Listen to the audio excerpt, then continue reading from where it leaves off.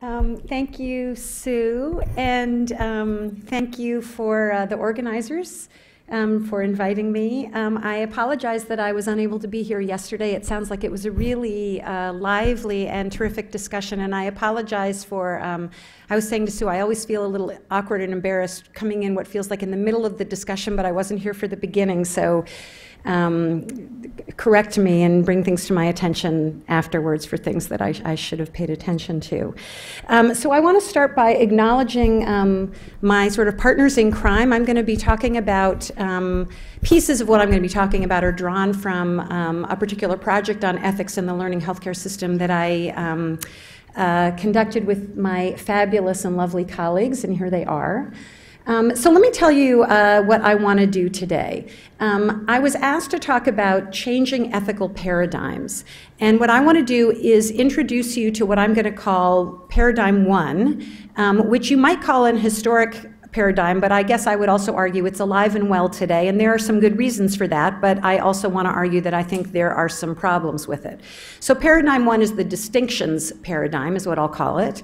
And I'm going to tell you what are the current ethical requirements of that paradigm, and again, what I see as some of the problems. I'm then going to say just a little bit about patient engagement, probably not necessary to say very much for this audience, but I just want to bring it in as sort of a bridge to get to paradigm number 2, which is what I'm going to call the ethics in learning healthcare system paradigm. And again, talk about what are ethical requirements for that paradigm number 2, and start to say that some of the what I see as potential paradoxes that can come up in patient engagement are maybe not such a paradox at all. Okay, so I want to start with paradox 1, as I'm paradigm 1, which is where we're coming from, which is what I'll call the distinctions paradigm. So to rehearse a little bit of history, in the 1960s and 1970s, the American public became aware of research that our federal government had either funded or conducted that illustrated a variety of scandals of research abuses, often of vulnerable populations, who were often led to believe that, that they were being cared for as patients, when instead research was being done without their knowledge, in ways that was not helpful to them, provided no benefit, and often provided some abuse. This led to, appropriately, American outrage and congressional action, and in 1974, federal regulations were passed in this country for the first time to oversee human research. And that led to a variety of ethics requirements, or I guess what I will call legal requirements in the name of ethics. One that we're all familiar with is IRB review. All human research has to be looked at by an ethics committee before it can go into the field. And informed consent has to happen in most cases, not all, but in most cases in human research.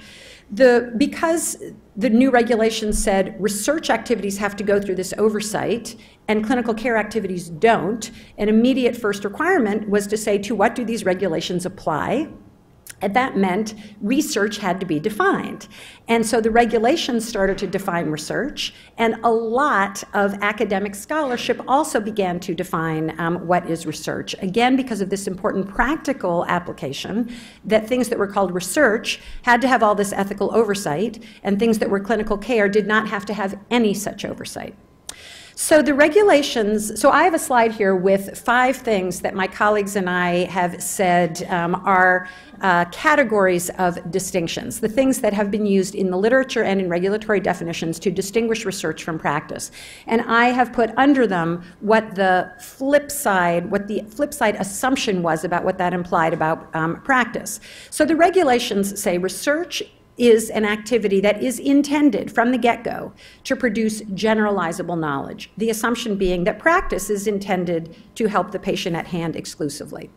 Research is where there is the systematic collection of data, where there is an assumption, again, think back to the 1970s, that there is no systematic data collection, that we only collect data for the patient at hand, put it in his or her chart.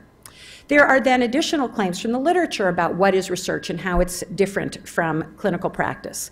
Research poses risks. We have uncertainty about whether there is clinical benefit for the intervention we're giving to a patient. The assumption being in clinical care, we only give treatments where we know that the benefits outweigh the risk.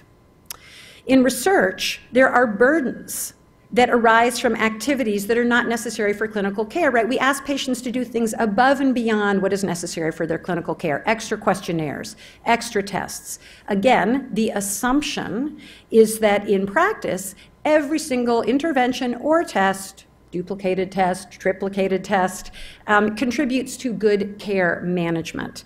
And then in research, the last piece of what we'll call a distinguishing claim is that in clinical research, there are protocols that dictate which treatment you or I receive as a patient, whereas in clinical care, it is physician autonomy or patient autonomy or the dyad autonomy that decide what care you get.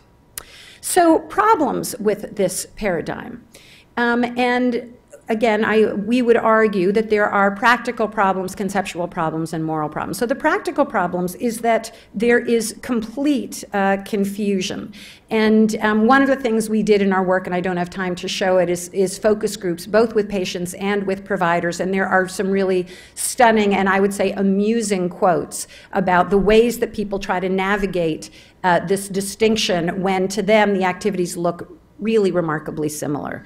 There are conceptual problems, and I'm guessing that if I went back to this slide, each of you could point to some problems with this logic. And again, some of it becomes almost comical, right? That there, again, I was being a little tongue-in-cheek and talking about things like the duplicate and triplicate tests, but it's actually no joke, right? There are multiple things done in care where we don't know whether they work, and there are multiple additional burdens that are placed on us as patients for all sorts of reasons that have to do with the healthcare system not being properly integrated.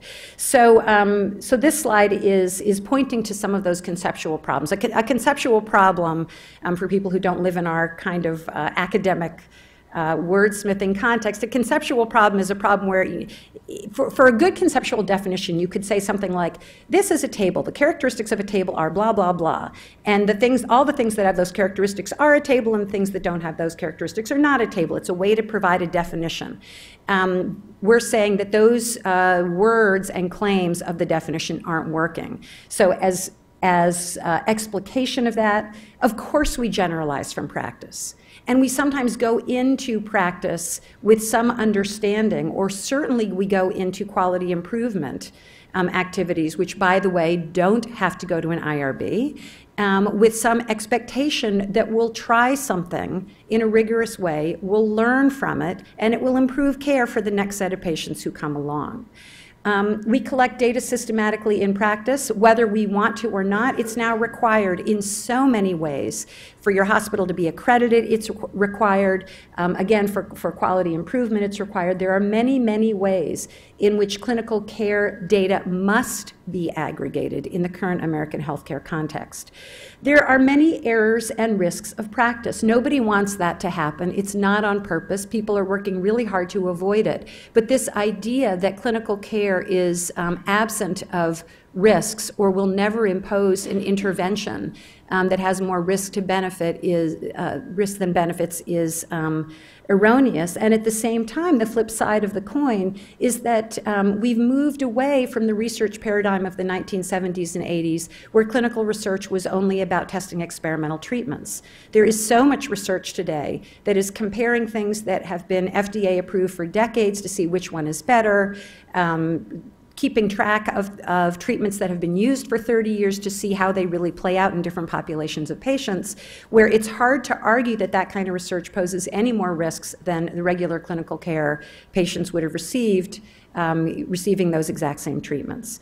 And again, as I said, practice will often include many unnecessary burdens. So this leads to what people in my world of ethics call a moral problem, which is that there is overprotection. Again, remember that these ethics rules, and I will be the first to say I have taught these, there are so many pieces of these that I believe in. I have sat on many IRBs in my life. The whole foundational purpose of having these ethics rules is to protect patients or healthy volunteers from what they may not be aware of as significant and important risks done, if you will, at their expense for the sake of others. It's a very important concern that we always have to have for those of us who want to dedicate part of our professional lives to learning. At the same time, if that's the foundational purpose, to draw this line based on these claims about the things that need to be looked at to see if they pose too many risks or could be exploiting people for the sake of others, may not be the right set of criteria. And the moral argument would be there are some patients who are being overprotected. In other words, tons of activities that have to go to IRBs that pose very little risk, certainly no more risks than daily clinical care, and a bunch of other activities where there probably are a lot of risks and errors at play where no kind of oversight is required. So let me move briefly to a couple things about patient engagement. There's a lot of discussion appropriately. This is a lot of what this meeting is about, and I imagine part of what you talked about yesterday, that says that we need to have a lot more shared decision-making in clinical care. And one of the articles that I read in preparing for this meeting, the Health Affairs article, which I loved, talked about shared decision-making relies on three things, one of which that the doctors and patients are really open with each other about all of the evidence. Okay? So there's this assumption that to have patient engagement, you need good clinical evidence. Now, there's also this idea that in research, as a sign of respect, there has to be disclosure and discussion about what the research is about. So the paradox, there's two paradoxes in this space that I want to raise.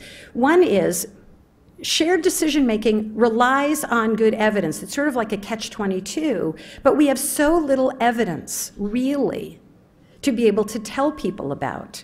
And in part, not entirely, but in part, that's because of the hurdles and barriers that this large system of ethics oversight, and I would argue some privacy concerns, have put in place. Paradox number two is that we're so concerned about patients' rights and our rights as citizens to know what's going on, and yet because of this historical distinction, we basically say nothing about the extraordinary amount of data that is collected and aggregated every day, I would argue, for our benefit to learn about a lot of things in health that nobody ever really talks about. And again, my point is I think that it's important at very least to think about as a paradox. Health departments, the CDC, all hospitals are routinely collecting data. This is why we know about obesity rates, cancer rates, what makes a difference in infections, in patient falls in hospitals, et cetera.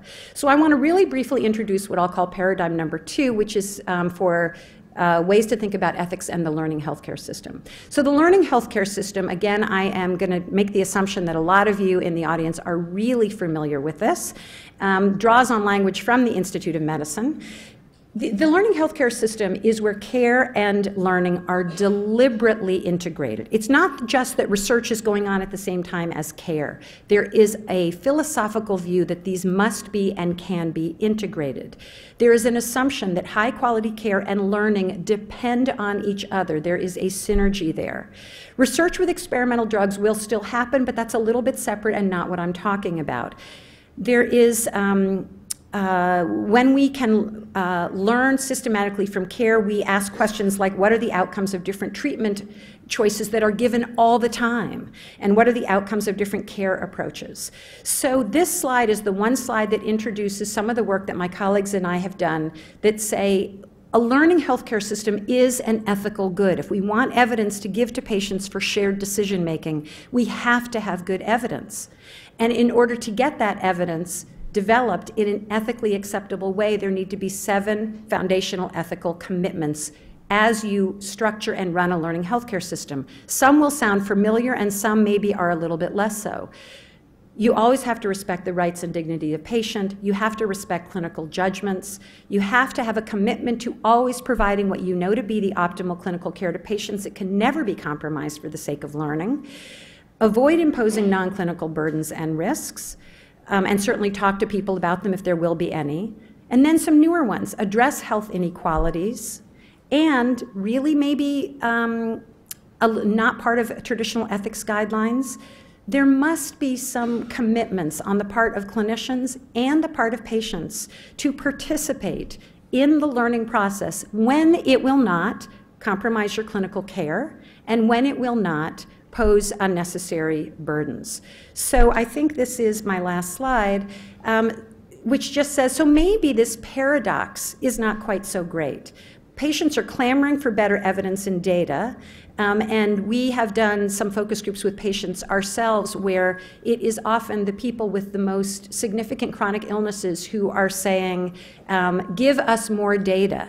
Don't protect us so much that we can't learn. There are so many more books, videos, websites advocating for people to contribute their data for better treatments. Patients in trusting relationships are more willing to share their data, so that gives us something we have to think about. And there are many possible strategies for engaging and disclosing and discussing this whole learning idea with patients in healthcare systems. And it's important now to do the work to find out from patients how to do that. We were just funded by PCORI to gather some preliminary data with patients about what their views are about disclosure, consent, and authorization in the context of a learning healthcare system. But I guess I'll close by saying it seems that that's the way that honors what patient engagement is really designed to do and gather the data that patients need to have. Thank you.